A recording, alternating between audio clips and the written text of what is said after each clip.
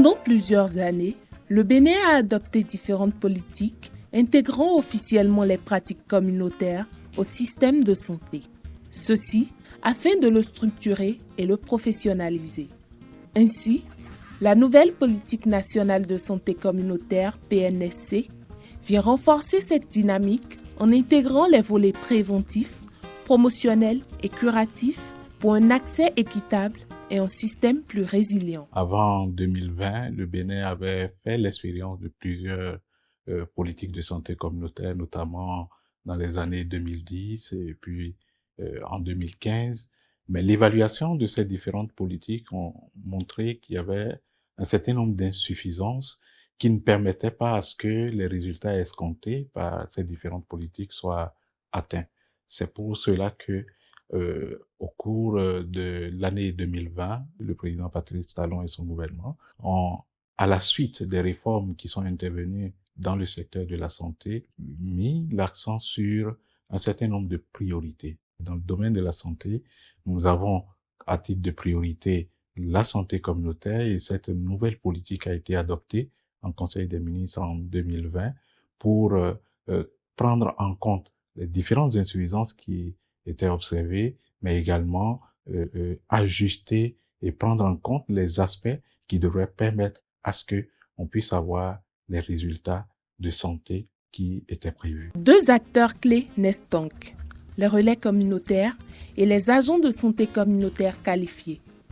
En tant que continuum des soins préventifs dans les communautés, ils agissent comme une interface entre la communauté et les structures sanitaires à travers le suivi et la surveillance communautaire des maladies, la communication de proximité, la démonstration des bonnes pratiques, entre autres. Un relais communautaire, comme vous le savez, aura à charge 200 ménages.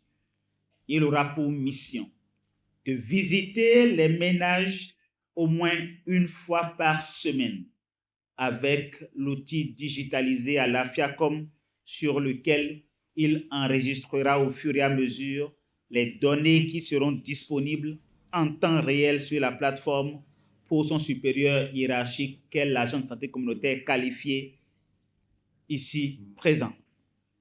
Les agents de santé communautaire qualifiés sont positionnés au niveau de l'arrondissement à raison d'un agent de santé communautaire qualifié pour une moyenne de 40 relais communautaires. Il est sous la tutelle de la mairie et supervise donc tous les relais communautaires à sa charge. Parti de 6 communes pilotes, aujourd'hui, toutes les 77 communes sont couvertes par plus de 15 000 relais communautaires, supervisés par plus de 500 agents de santé communautaire qualifiés. Aujourd'hui, je vous exhorte à me suivre pour une visite à domicile.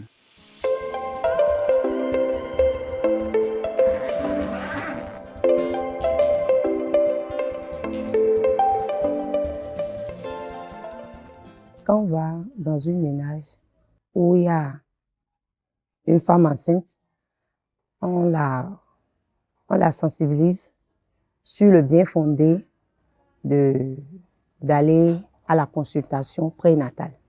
Lorsqu'une femme va à la consultation, elle a un carnet de consultation sur elle.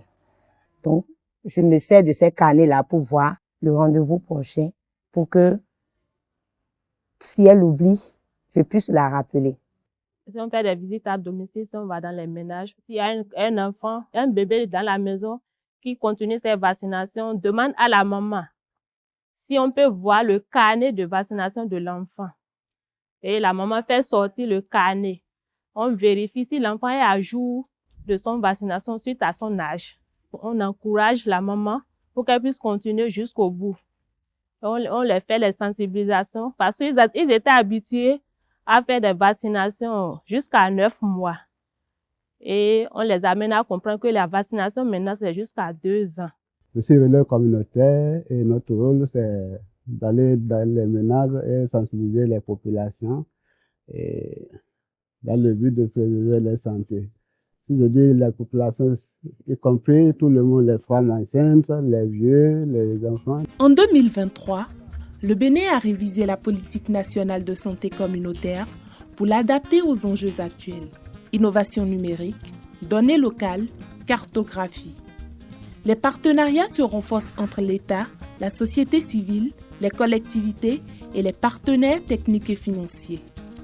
La santé devient l'affaire de tous, portée par les communautés elles-mêmes. Au niveau opérationnel, l'UNICEF a appuyé pour l'identification d'abord des relais communautaires, l'identification par les communautés.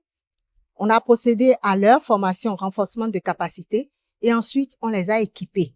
Nous avons donné au total 1705 vélos pour renforcer le déplacement et la mobilité de nos relais communautaires. Nous sommes aujourd'hui, au niveau global, confrontés à des enjeux complexes allant de l'accès aux soins de santé pour tous à la lutte contre les maladies infectieuses émergentes.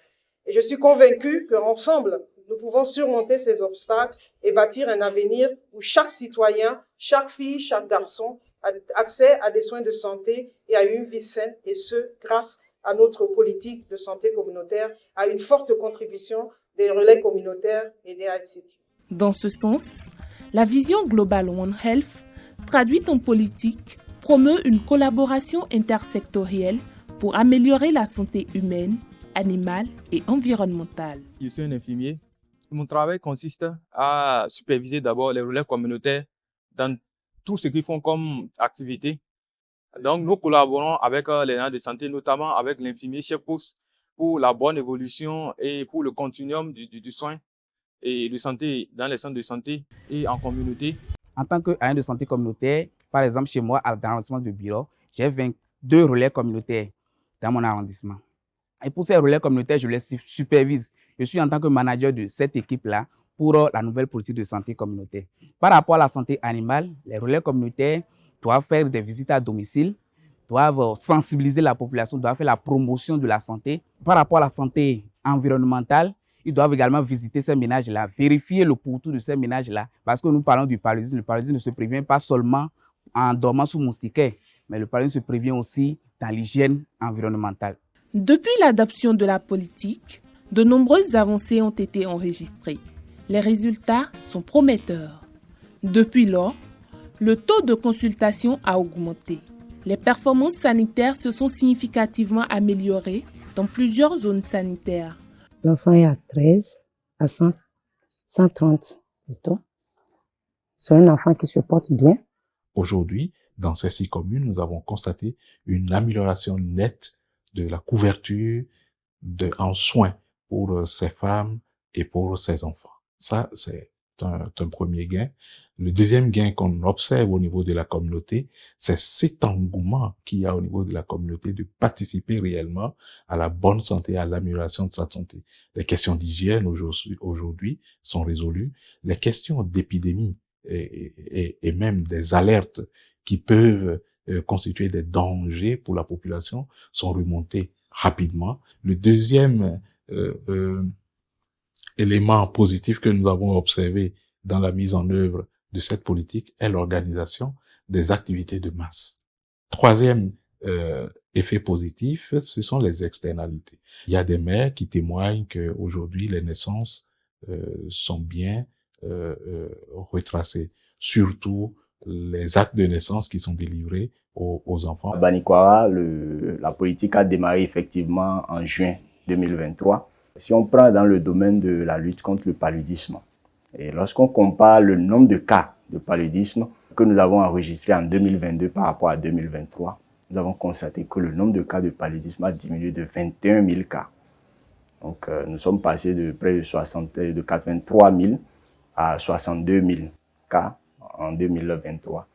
Donc, lorsque nous prenons aussi dans le domaine de la vaccination, nous avons pu constater que nous avons atteint 600 enfants complètement vaccinés supplémentaires en 2023 comparativement à 2022. Donc c'est pour dire que après environ 7 mois de mise en œuvre et domaine par domaine, nous avons constaté que nous avons progressé. En ce qui concerne la planification familiale, avant nous avions un gros souci sur cet indicateur. On faisait 50, 60. Avec l'intervention des relais communautaires, on va à 80, 90, voire 100 par mois. Avec l'implication des relais communautaires, ils sont en train de faire la sensibilisation. Il y a beaucoup de femmes qui viennent en consultation au centre de santé. Donc, partout, on enregistre beaucoup de femmes. Le rôle de ces acteurs communautaires est vital et apprécié par la population.